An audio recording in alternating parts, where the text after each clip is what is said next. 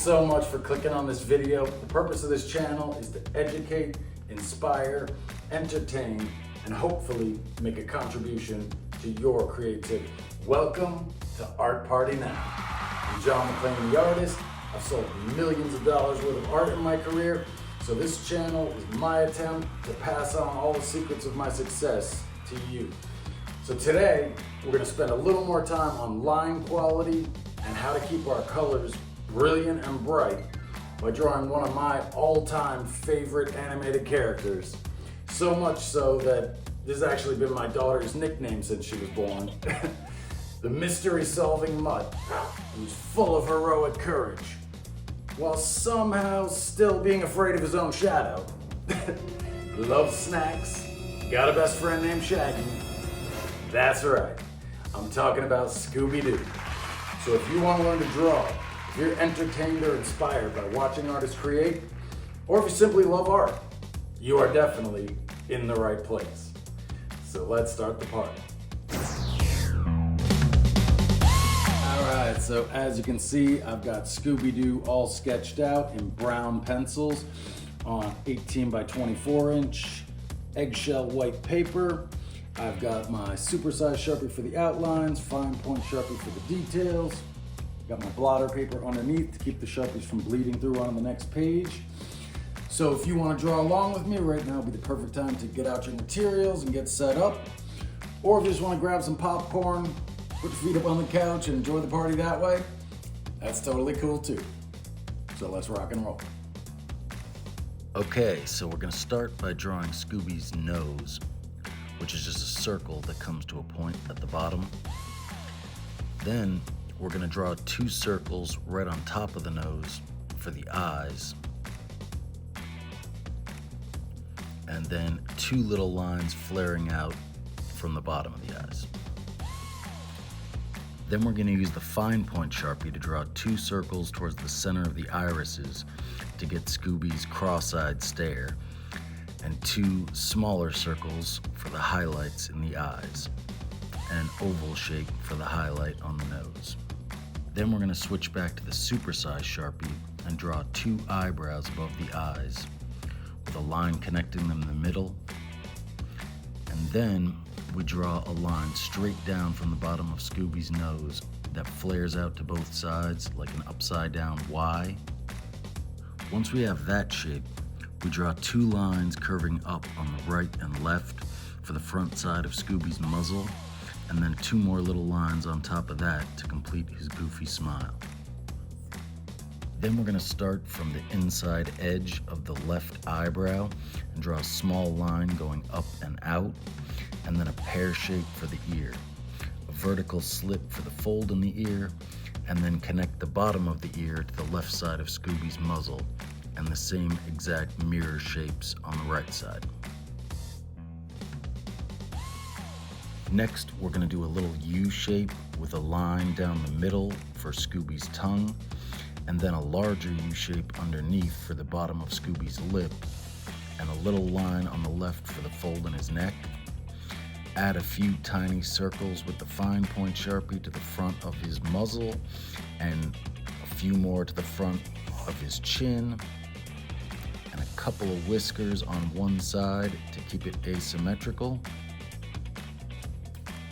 Now that we have Scooby's face, we draw two lines straight down for his neck, and then two lines for the top of his collar, leaving a little space in the middle where we'll draw the ring for his tag.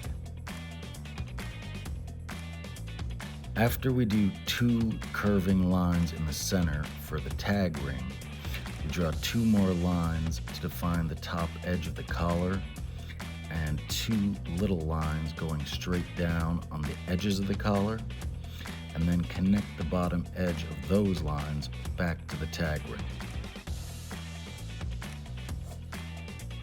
Then we draw a diamond shape for the tag with a smaller diamond shape inside the first to give the tag an edge, using the fine point Sharpie for the diamond in the middle. Then we're going to switch back to the supersized Sharpie and do a small curving line for Scooby's left shoulder, and then a longer line for the right shoulder. Then we extend the left to match the right, which gives the illusion of muscle tone.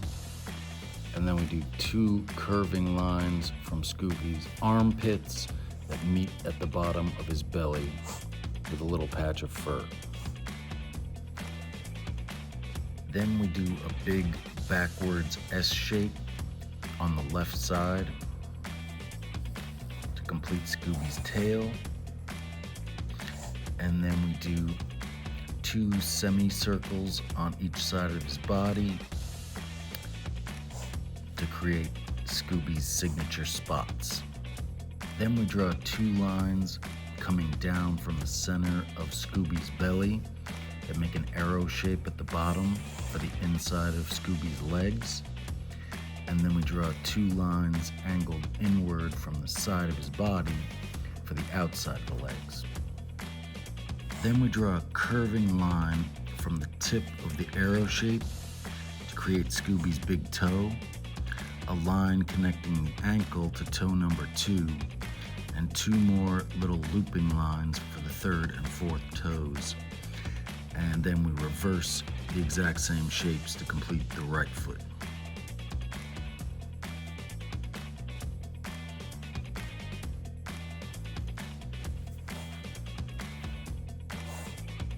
Then we draw a curving line from just below the tail that connects to the leg about halfway down, and the same on the right for Scooby's hind legs. Two little bumps on the inside of the front legs, and then we draw the back feet behind the front feet using the same shapes as we did before, mirrored with 4 looping lines on the left for the toes, and then 4 looping lines on the right.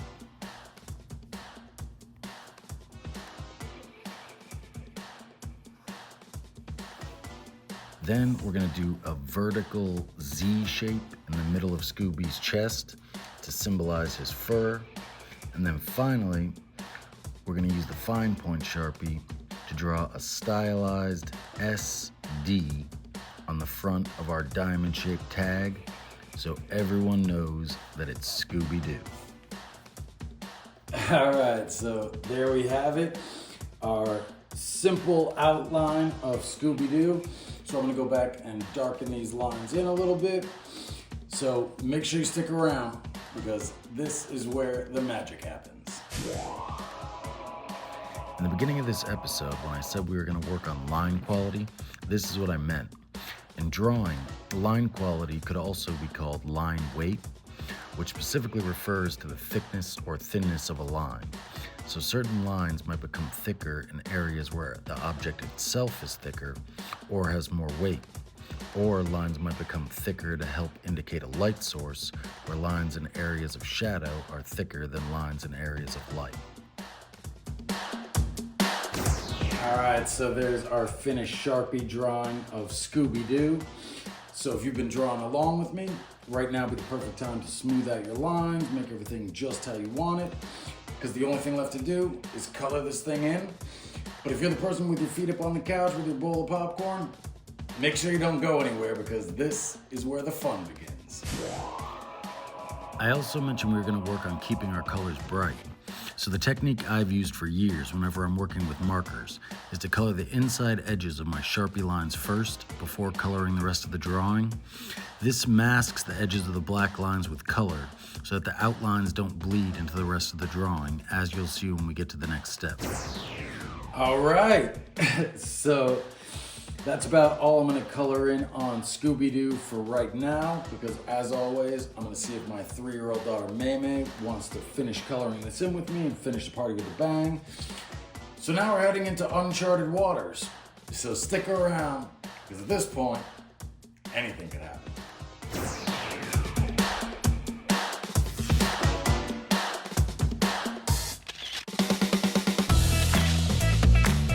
Before we continue, I have a little confession to make. I actually completely botched the recording on the first drawing. where I push stop instead of record. So I got 0 footage out of the first drawing, which basically meant that I had to start the whole thing over from scratch. But I realized during the process, I didn't have to start over from scratch. I got to start over from scratch. So I got to make tiny changes in my drawing from version 1 to version 2 to make Scooby-Doo look more real.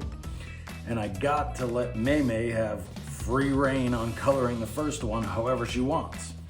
So if you ignore Maymay's coloring, can you spot the 5 changes that I intentionally made from drawing number 1 to drawing number 2? I'll give you 5 to 10 seconds to think about it.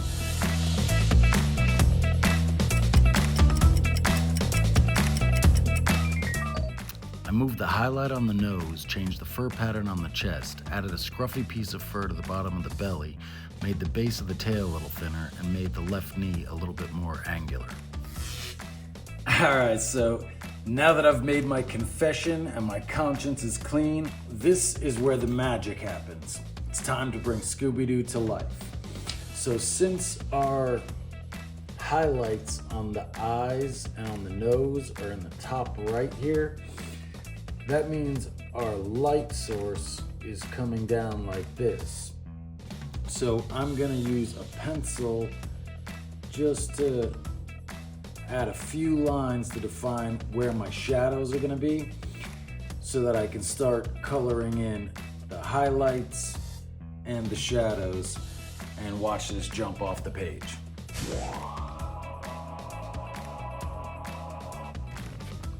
So in this phase of our drawing, I'm using a brown pencil to define the edges of the shadows in Scooby's fur, keeping in mind the light source we just discussed, and then I'm using an orange-brown terracotta color for the highlights and a burnt orange-brown for the shadows.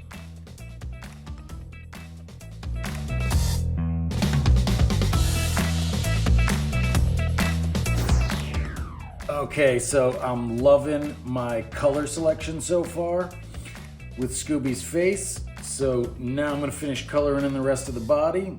So let's keep the party going. In this phase of coloring, you'll notice that because I masked the black outlines earlier, my colored markers never need to come in contact with the black edges, so the blacks don't bleed into the center of our character. Because Scooby-Doo is brown, it doesn't have an extremely massive impact in this particular drawing, but masking your outlines with color becomes an increasingly important step the brighter your colors get, assuming that you actually want your brightest colors to remain brilliant and bright.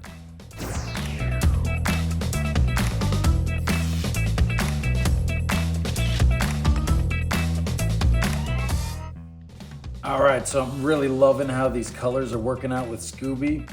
So now I'm gonna go back and finish coloring in the rest of the details.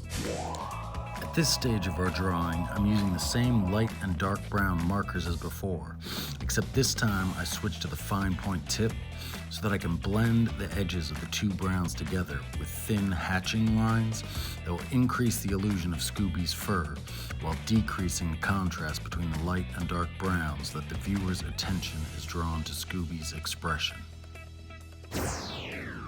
Okay, so I'm definitely happy with how Scooby-Doo is turning out here. So all that's left now is a couple of finishing touches. Stay tuned for the final reveal and make sure to check out all your other favorite characters in our cartoon library.